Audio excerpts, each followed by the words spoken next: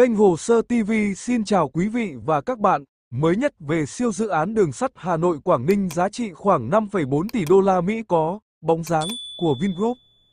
Siêu dự án này dự kiến có chiều dài 121 km, vận tốc thiết kế tối đa 300 km/h.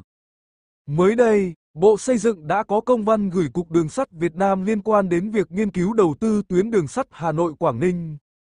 Theo như nội dung công văn này, Bộ Xây dựng đề nghị Cục Đường sắt Việt Nam tiến hành rà soát hồ sơ đề xuất quy hoạch tuyến đường sắt Hà Nội Quảng Ninh theo quy định của pháp luật về quy hoạch. Trong đó, Cục Đường sắt Việt Nam được yêu cầu lưu ý cập nhật và làm rõ các yếu tố mới có liên quan như việc hình thành cảng hàng không quốc tế Gia Bình, mục tiêu tăng trưởng kinh tế 2 con số trong giai đoạn năm 2026 đến năm 2030, sắp xếp tổ chức bộ máy, địa giới hành chính các địa phương. Việc xem xét các yếu tố này nhằm làm rõ sự cần thiết, tính khả thi cũng như hiệu quả của phương án quy hoạch tuyến đường sắt trên hành lang nói chung cũng như tuyến đường sắt Hà Nội Quảng Ninh nói riêng với tầm nhìn dài hạn.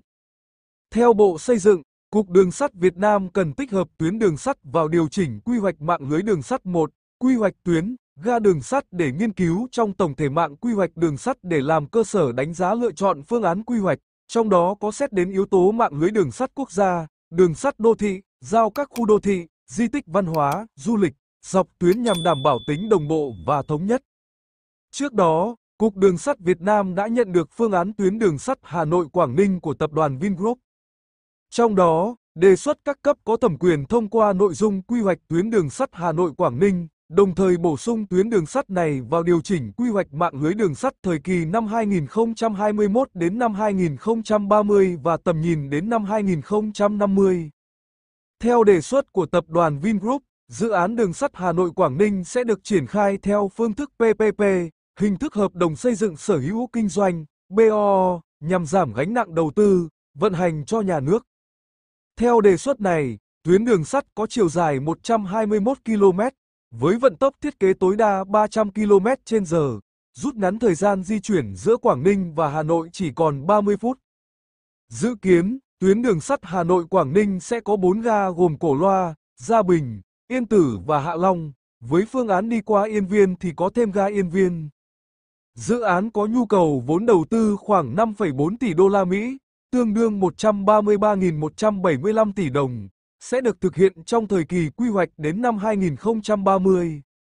Hiện nay trên hành lang kết nối Hà Nội và Quảng Ninh đã quy hoạch tuyến đường sắt Yên Viên Lim phả lại Hạ Long Cái Lân trên cơ sở tận dụng hạ tầng tuyến đường sắt Hà Nội Lạng Sơn, đoạn Yên Viên Lim và kép Hạ Long Cái Lân. Tuyến đường sắt này được thiết kế để vận chuyển hàng hóa và hành khách với tốc độ 120 km/h. Tuy nhiên, sau khi khởi công từ năm 2008 đến năm 2011, tuyến đường sắt này đã bị đắp chiếu do thiếu vốn. Trong buổi làm việc vào ngày 16 tháng 4, Phó Thủ tướng Chính phủ Trần Hồng Hà đánh giá cao vai trò của các tuyến đường sắt trên hành lang Hà Nội Quảng Ninh. Chính phủ hoan nghênh đề xuất của doanh nghiệp trong việc đầu tư phát triển hạ tầng giao thông nhằm đảm bảo tiêu chí pháp lý với thủ tục nhanh nhất.